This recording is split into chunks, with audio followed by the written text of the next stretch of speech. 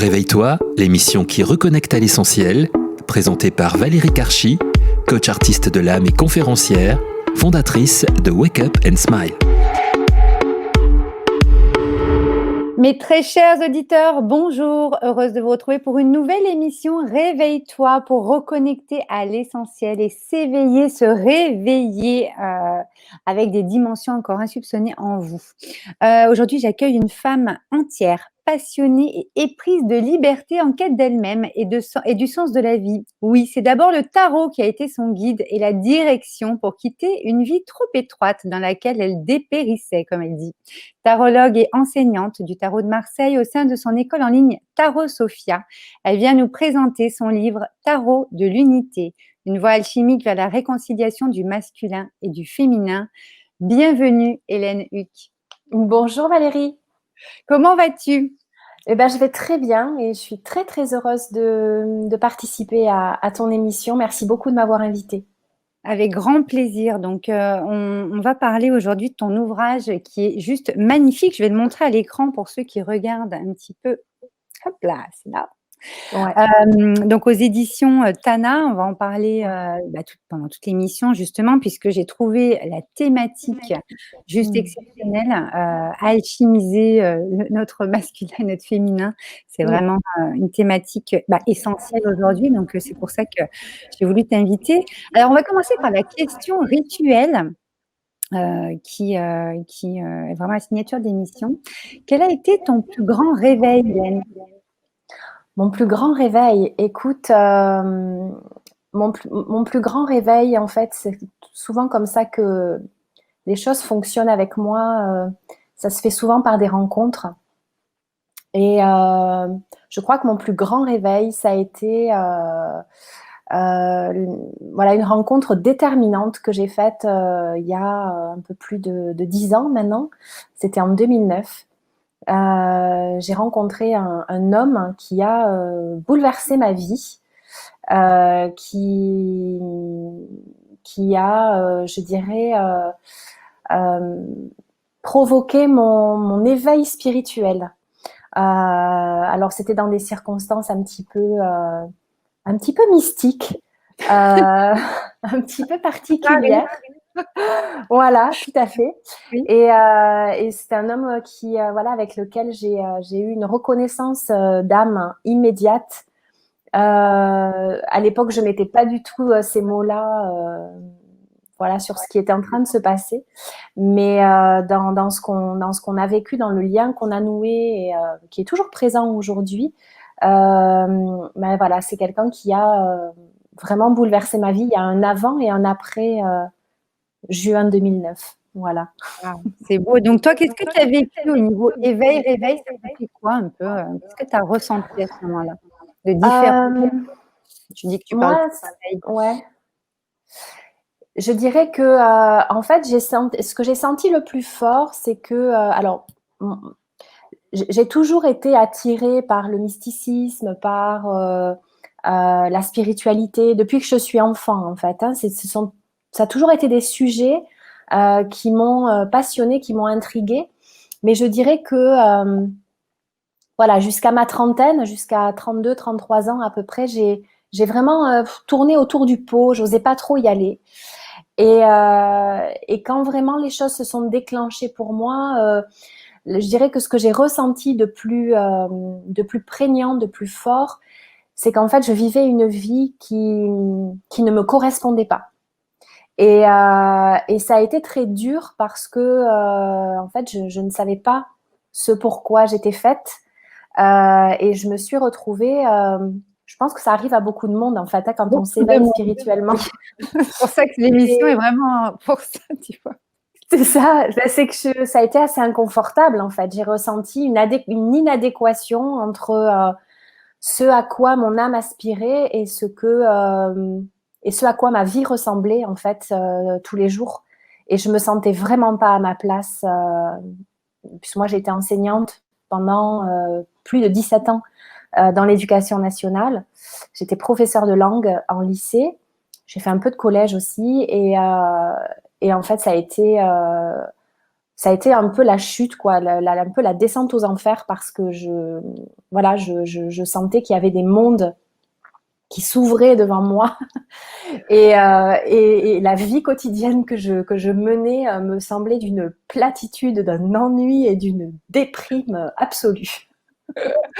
Oui, c'est vrai qu'il y en a pas mal aujourd'hui qui ressentent ça et puis, justement, toi, c'est la voie du tarot finalement qui t'a vraiment ouvert, une voie, VOIE, un chemin Ouais, qui a ouais. été, très, très important, pour commencer parce que tu le précises bien, quand on lit un petit peu ton histoire, vous pourrez aller découvrir, hein, je vous mettrai le site d'Hélène, bien sûr, avec le lien, enfin, je vous mettrai tout. Mais on peut vraiment sentir cette progression et ça a vraiment commencé par le tarot. Mm. Et justement, c'est pour ça que je voulais qu'on en parle aujourd'hui parce que c'est vraiment un bel outil, je trouve, qui ouvre à des dimensions encore insoupçonnées en nous. Et c'est tout le propre justement de cet ouvrage. Oui. Justement, face aux bouleversements qu'on rencontre actuellement, hein, qui ne sont pas Ouais. anodins, justement, Mm. il y a une vraie remise en question de la relation à soi. Moi, l'émission est vraiment faite pour ça, pour venir s'interroger sur certains angles de son être. C'est ça qui est important. Et donc, quand on s'interroge sur sa relation à soi, forcément, ça ouvre aux autres, parce que tout ce qu'on fait pour soi, comme je dis toujours, va servir aux autres, puisque l'amour qu'on s'apporte ouvre à plus grand que soi, bien sûr. Et donc, c'est devenu une nécessité. Toi, tu dis que le monde est régi par par l'équilibre, pardon, de deux polarités, le masculin et le féminin. Donc, moi, je suis complètement d'accord avec toi. On a vraiment les deux en nous, hein, clairement. Oui. Et est venu le temps de la réconciliation. Et alors moi, j'adore parce que justement, ça passe d'abord par soi-même. Moi, soi-même, maintenant, je l'écris pour te dire M', parce que c'est vraiment par rapport à soi qu'on va aller s'occuper d'abord de soi. Ce n'est absolument pas égoïste, je pense. Au contraire, notre société a bien voulu nous faire croire ça, mais je pense pas. Je pense que c'est vraiment se rendre service pour rendre service aux autres et changer notre monde. Donc toi, comment tu abordes un petit peu ce couple intérieur, justement, ce masculin, ce féminin, parce que c'est vraiment la pierre angulaire de cet ouvrage. Comment tu vois le masculin et le féminin déjà? Alors, moi, ça a été quand même un long chemin, hein, parce que ce livre, il est le fruit d'un processus qui a commencé le jour où j'ai rencontré cette personne, cet homme qui a changé ma vie, et où j'ai commencé vraiment à m'interroger sur ce que c'était que le masculin et le féminin. Alors au départ, j'étais quand même, en fait, pour être très honnête, c'est vraiment à partir du prisme relationnel et amoureux que je suis partie, parce que moi, je suis une grande amoureuse. Je cherche, voilà, toujours à vivre, à revivre cet absolu dont je sens que mon âme est porteuse, et je sais que je ne suis pas la seule, et qui est peut-être la mémoire d'une unité perdue. En tout cas, c'est comme ça que je le ressens. Et du coup, cette quête, pour moi, elle s'est actualisée d'abord dans mes histoires d'amour. Jusqu'au jour où je me suis rendu compte que je me décentrais, en fait, je projetais le problème à l'extérieur, et alors qu'il était urgent que je regarde un petit peu ce qui se passe à l'intérieur de moi, parce que je me suis rendu compte que voilà, le fait que je n'arrive pas à vivre de couple satisfaisant, en tout cas à la hauteur de mes aspirations dans ma vie personnelle et intime, c'était le reflet d'un conflit, en tout cas d'un déséquilibre, d'une disharmonie à l'intérieur de moi. Donc j'ai commencé à m'interroger sur qu'est-ce que c'est que le masculin, qu'est-ce que c'est que le féminin intérieur. Donc j'ai beaucoup lu, j'ai lu Jung, j'ai lu voilà, tout un tas de philosophes, d'auteurs, d'enseignants spirituels qui parlent de cette danse du masculin et du féminin à l'intérieur de soi. Quelle Et puis, danse! oui, des fois ça va de la valse lascive au rock'n'roll endiablé, hein, Voilà. ça qui est bien.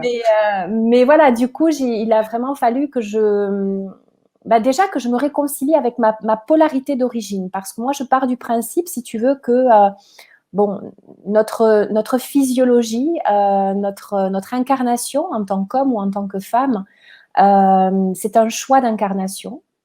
Donc, on a forcément quelque chose à apprendre et à expérimenter à travers notre polarité d'origine, enfin la manière dont on est sexué.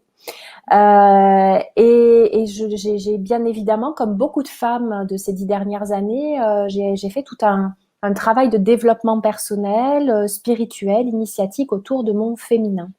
Il a fallu que je me réconcilie déjà avec un certain nombre de choses, avec mon corps de femme, avec mon désir, avec ma sexualité, avec voilà, que j'apprenne à redéfinir les contours de ce féminin. Qu'est-ce que ça voulait dire pour moi être une femme? Et ce que ça veut dire pour moi, ça ne veut pas forcément dire la même chose pour une autre femme. Donc voilà, ça c'est un parcours, je pense, qui est assez intime et personnel à chacune. Et puis ensuite, il a fallu que j'aille regarder ce masculin que j'avais laissé en friche parce que je m'en préoccupais pas trop. À vrai dire, je le cherchais beaucoup à l'extérieur. Je râlais beaucoup contre les hommes que je pouvais rencontrer, en disant à quel point ils étaient décevants, pas à la hauteur, etc. Et finalement, je me suis dit, mais peut-être que je pourrais aller regarder qu'est-ce qu'il y a de décevant et pas à la hauteur dans ce masculin à l'intérieur de moi. Et les choses ont commencé à s'apaiser.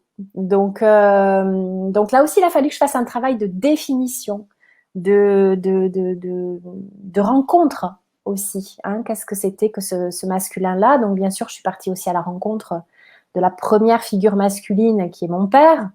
Donc il a fallu déconstruire un certain nombre de choses.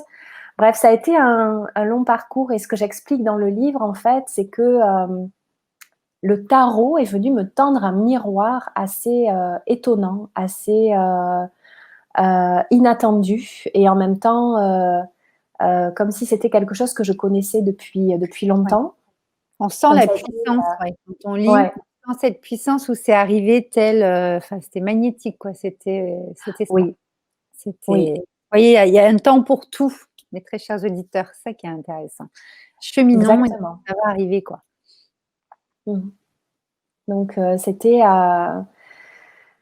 c'est arrivé dans ma vie à peu près à cette époque-là, hein, voilà, en 2009, quelques mois avant que je fasse cette rencontre déterminante, mais le tarot commençait déjà à me tourner autour, hein, et bon, j'explique tout ça dans le livre, même si bon, j'ai dû résumer un peu parce que sinon ça aurait pu faire l'objet d'un livre en lui-même. Ah ben pourquoi pas, mais je pense que j'écrirai un jour sur voilà, j'irai développer, déployer un certain nombre de choses par rapport à ce que j'ai vécu à cette époque-là, parce que je te disais au départ que les choses se sont faites de manière un peu mystique, mais c'est vrai, le tarot a été le catalyseur de tout un tas d'expériences mystiques et spirituelles, et il l'est encore aujourd'hui. Pour moi, c'est vraiment un compagnon de route et un enseignant, et je continue à apprendre et à avoir des révélations sur ce qu'est le tarot, sur ce qu'il peut nous apporter.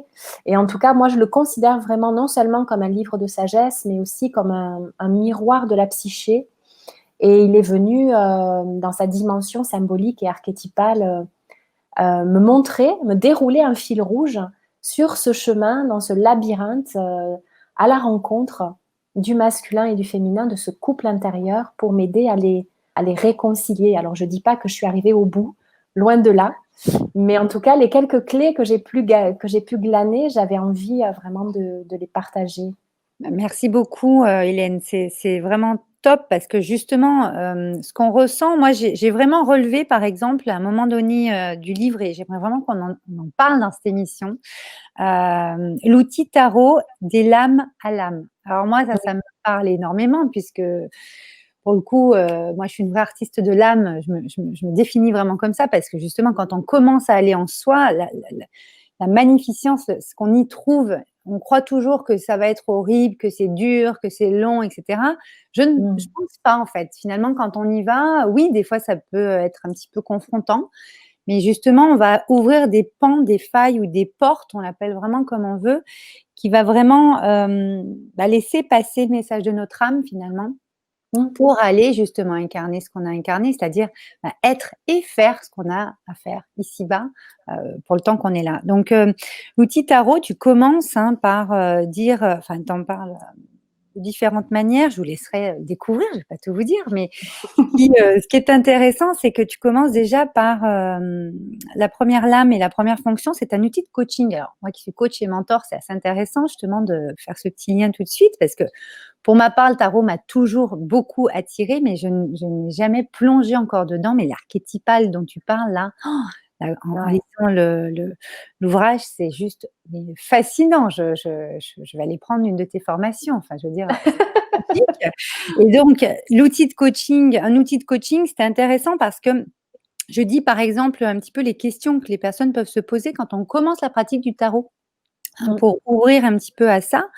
Donc tu dis par exemple, le tarot s'avère très efficace pour répondre à des questions pratiques et quotidiennes du type: comment puis-je améliorer ma créativité? Enfin, c'est des questions qu'on se pose constamment.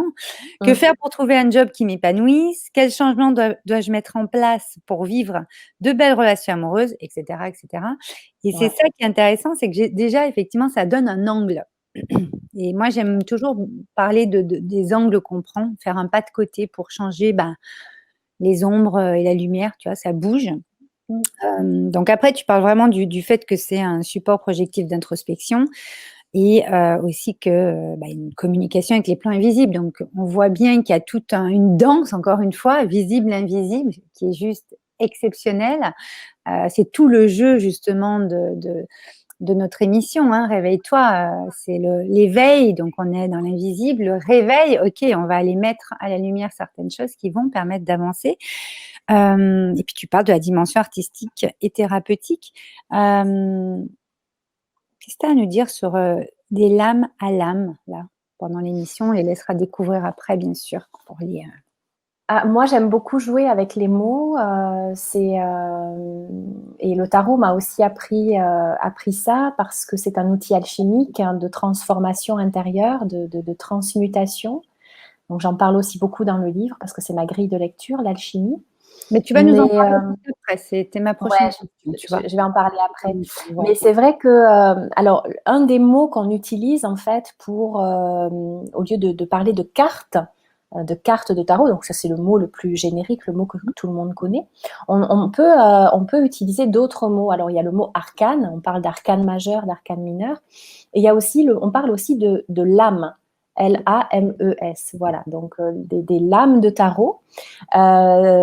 Et donc le tarot m'a appris à jouer aussi ce qu'on appelle la langue des oiseaux là, chez les alchimistes, hein, c'est jouer avec les sonorités. Donc effectivement, des lames à l'âme, L apostrophe, A-M-E, il n'y a qu'un pas, puisque, comme je te le disais tout à l'heure, le tarot est un révélateur de l'âme humaine. C'est-à-dire qu'à chaque fois que tu vas tirer une lame, donc une carte, c'est comme si tu allais te regarder au fond de l'âme. C'est énorme, je suis fan. Et ça, c'est c'est comme si tu parlais de danse, mais parfois, quand on est, comme on est nombreux dans ce cas-là, dans cette société qui nous coupe justement, hein, de notre âme et de cette dimension spirituelle profonde qui fait de nous des êtres humains complets. Moi, j'ai trouvé que le tarot était vraiment un médium, c'est-à-dire il a fait l'interface entre ma part consciente et cette part plus subtile à laquelle j'avais moins facilement accès il y a 10 ans. Et à chaque fois que je me tirais une carte, j'avais l'impression que j'allais de révélation en révélation parce que je connectais des choses qui étaient latentes, qui étaient endormies et qui tout d'un coup se révélaient à ma conscience. Donc c'est en ça que, alors j'aime bien, je le compare aussi à un couteau suisse, hein, du coup le tarot, parce qu'il a plusieurs lames, comme un couteau suisse. Donc tu l'as très bien dit, c'est un outil de coaching. Moi j'ai accompagné pendant plusieurs années un certain nombre de personnes en séance individuelle avec le tarot. Donc voilà, je les aidais à répondre à ces questions-là en utilisant le tarot comme support de réflexion, de méditation, d'introspection. C'est un support aussi qui va nous aider à, si on a envie d'explorer voilà, la médiumnité, la connexion avec les plans subtils, eh bien, c'est un support qui marche très très bien.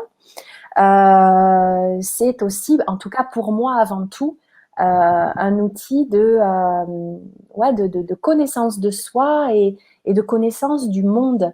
Hein, c'est le connais-toi toi-même et tu connaîtras l'univers et les dieux. Et la connaissance primordiale, très ancienne, qui est contenue dans les arcanes du tarot, elle relève vraiment de cette connaissance une, hein, qui est la connaissance des lois cosmiques de notre monde manifesté. Qu'est-ce que c'est beau. Alors justement, cette alchimie, parce que c'est ça le truc, c'est que c'est un mot parfois qui peut faire peur. Moi, j'ai pris la décision d'en parler ouvertement dans mon émission de ce genre de pan, parce que justement, c'est important aujourd'hui, hein, ce qu'on disait en début d'émission, de s'ouvrir à soi-même. Et justement, les différentes dimensions qui composent notre être à l'intérieur vont vraiment amener des colorations, amener une alchimie qui va faire que finalement, dans votre vie, vous allez pouvoir avancer sur des chemins peut-être différents que ceux que vous pensiez un petit peu avant. Enfin, voilà, on avance. Donc, c'est vraiment notre cheminement. C'est quoi pour toi l'alchimie, Hélène? Dis-nous un petit peu. Alors, l'alchimie, pour moi, en fait, on est tous des alchimistes. On ne le sait pas, mais on est tous des alchimistes parce qu'on passe notre temps à mourir, à renaître à nous-mêmes, à transformer, à transmuter. L'alchimie, c'est l'art de la transmutation, c'est-à-dire de sublimer, d'épurer quelque chose qui va nous peser, quelque chose qui va nous plomber, hein, puisqu'on parle bien de transformer, transmuter le plomb en or. Donc, toutes ces choses qui nous plombent à l'intérieur de nous, notre ego, nos pensées négatives, nos limitations, nos conditionnements, on passe notre vie à nous alléger, à nous débarrasser, à transformer toutes ces choses qui nous tirent vers le bas, qui nous empêchent d'être nous-mêmes, pour pour aller à la découverte en fait de cet or alchimique, c'est-à-dire je reprends les mots de Jung, notre soi, notre essence profonde de ce qui fait que nous sommes qui nous sommes et que nous avons à le révéler. C'est pas quelque chose qu'on va aller chercher à l'extérieur, c'est quelque chose qui est déjà là, mais que l'on a à mettre en lumière, en fait, à aller chercher. Donc pour moi, l'alchimie, c'est ça, c'est que nous sommes des artisans, des orfèvres de notre vie et qu'il nous revient. C'est notre principale mission de vie. On entend beaucoup, c'est quoi ma mission de vie, etc. Mais en fait, je dis souvent, mais ma mission de vie, c'est de découvrir qui je suis, de l'exprimer, de le rayonner. Donc, pour moi, c'est ça, l'alchimie. Et le tarot m'a appris ça. Il m'a appris à identifier les phases de ce processus. Alors, même si c'est vrai que moi, depuis longtemps, comme je te l'ai dit, je suis passionnée d'ésotérisme, de symbolisme, de toutes ces disciplines un peu en isme. Et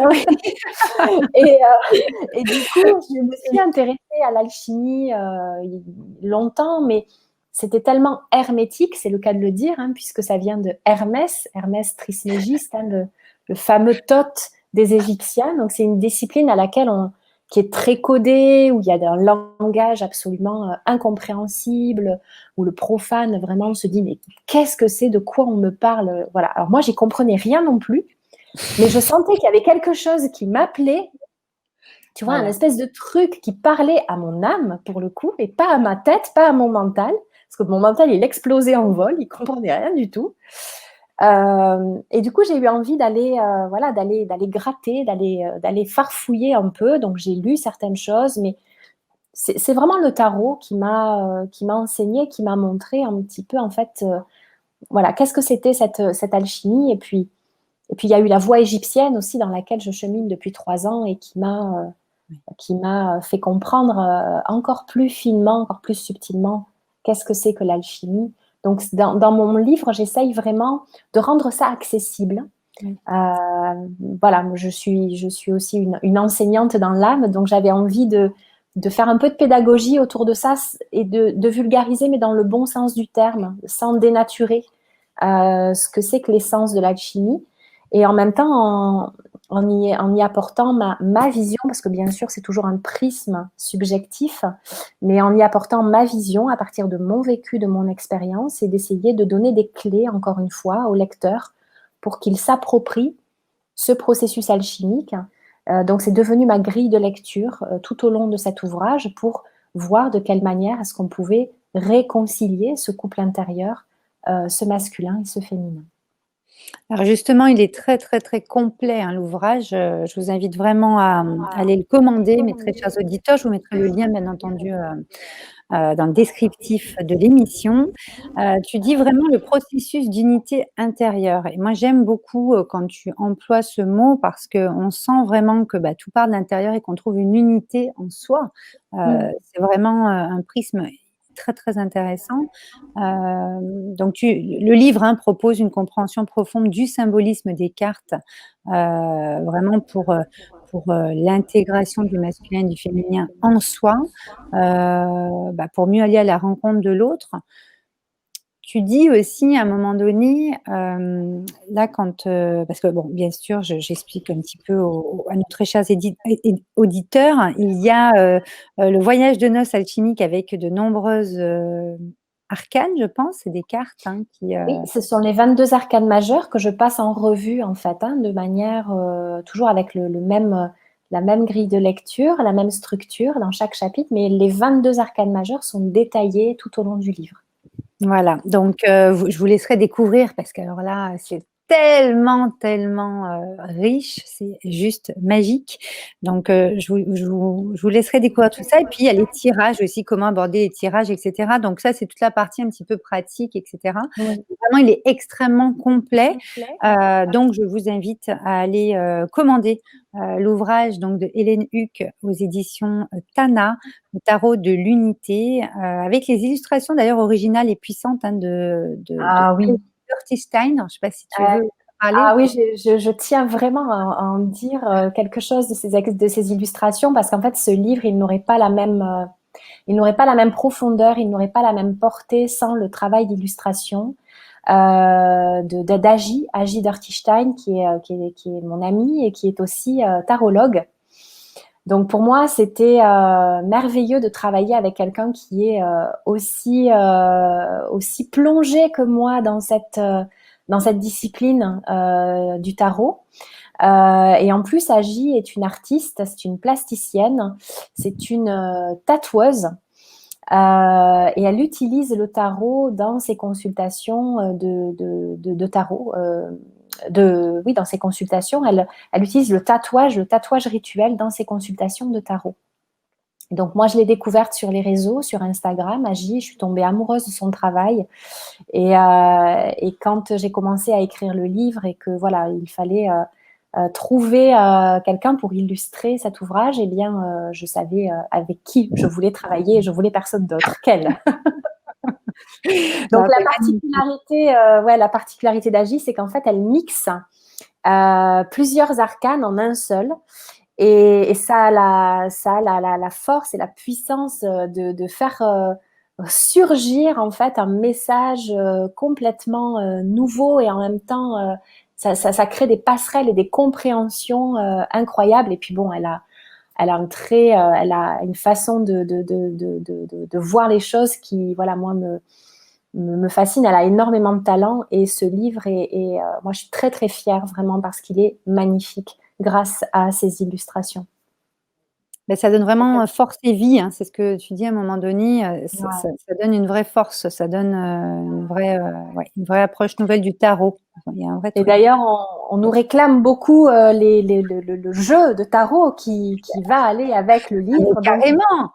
Voilà, donc j'en profite pour annoncer que le jeu sera disponible fin 2021, à l'automne prochain, puisqu'on va commencer à y travailler dessus avec Agi. On va proposer un jeu complet de tarot, c'est-à-dire pas simplement avec les 22 arcanes majeures, mais il y aura aussi les 56 arcanes mineures. Donc toujours chez Tana, on va proposer un beau coffret avec de très belles cartes. Voilà, ça sera vraiment un coffret un coffret magnifique et je sais on va réaliser avec Souyapa, notre éditrice, un magnifique travail d'édition là aussi et d'illustration avec Agi. Et moi, j'écrirai un livret complet, un peu plus pratique qui pourra accompagner le livre. Voilà, donc tout ça, ça sera disponible l'année prochaine. Ben, vous viendrez nous en parler pour une prochaine émission, avec grand Oui, plaisir. avec joie. Ouais. Ok, alors bon, l'émission va toucher à sa fin. Vraiment, l'ouvrage, c'est pour se réapproprier une sagesse féminine et s'inventer un masculin nouveau. Je vais vous laisser découvrir tout ce symbolisme parce que il y a énormément de personnes qui nous écrivent et qui nous demandent oui, mais je ne reçois pas de message, je ne vois rien, mon intuition n'est pas ouverte, je ne sais pas. Je pense que là, avec cet ouvrage, comment dire, vous allez vraiment pouvoir avoir plein de messages et comprendre en fait que ces messages que vous cherchez sont finalement autour de vous constamment et surtout en vous et que finalement ça peut venir toucher des choses en vous qui vont éveiller certaines compréhensions, certaines choses et venir équilibrer justement cette sensibilité, cette profondeur du féminin et puis cette action et du masculin. Comment tu pourrais définir féminin, masculin pour finir l'émission Hélène? Je dirais que le féminin et le masculin sont l'un sans l'autre, ne peuvent pas exister, ne peuvent pas fonctionner, qu'ils sont voilà, intimement liés, interdépendants et d'ailleurs ils sont très très bien représentés dans ce symbole du yin et du yang, puisque dans la goutte noire qui représente le yin, il y a le petit point blanc qui est le germe déjà du masculin, et inversement, dans la goutte du blanc du yang, il y a le petit rond noir qui montre qu'il y a déjà le germe du yin à l'intérieur. Donc, ils sont profondément et intimement reliés, connectés, et que, en tout cas, aujourd'hui, je crois qu'il y a un enjeu urgent qui n'est plus simplement l'apanage du développement personnel et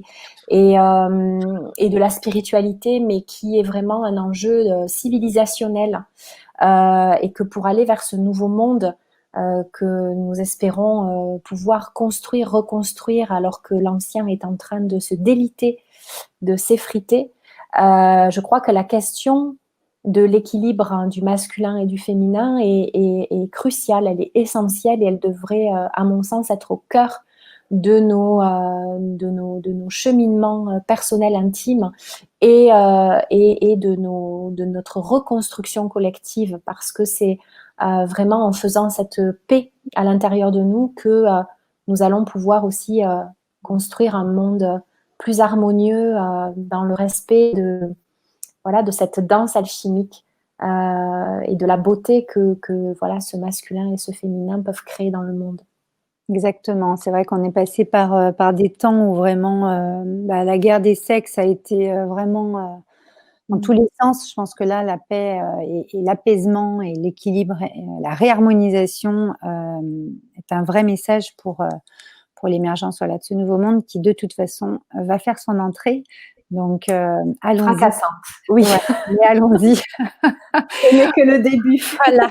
Donc, allez-y. Alors justement, est-ce que pour finir l'émission, tu aurais un petit conseil à nous laisser pour garder le smile, pour rester dans cette puissance intérieure créatrice que nous avons tous en nous? Un petit conseil, c'est justement, je crois que tu le disais au début de l'émission, s'occuper de soi aujourd'hui, ce n'est pas de l'égoïsme. Je crois qu'il faut arrêter avec cette croyance-là. Il faut faire tomber ce pan du dogme judéo-chrétien qui nous fait culpabiliser. Et je crois que voilà, mon conseil, ça serait vraiment d'aller que chacun aille regarder vraiment dans son jardin intérieur, défricher ses mauvaises herbes, ou en tout cas en faire un terreau plus fertile pour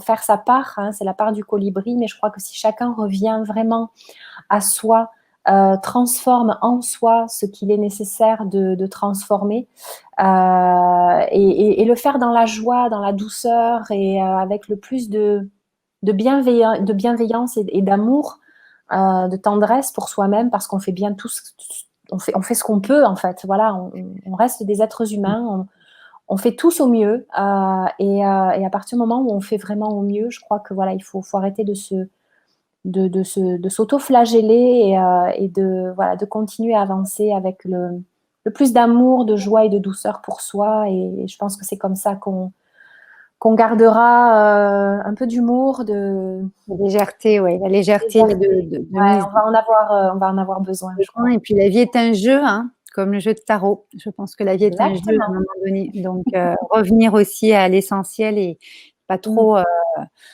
se prendre la tête. Alors, on finira sur le mot de la fin. Alors, bien sûr, je vais vous mettre encore une fois, donc je vous le dis, mes très chers auditeurs, le lien pour commander Tarot de l'Unité, donc de Hélène Huck et Agi Derstein en illustration aux éditions Tana. Je vous mets le lien. Vous aurez également l'accès au site internet d'Hélène Huck qui est juste magique avec vraiment tout ce qu'elle propose.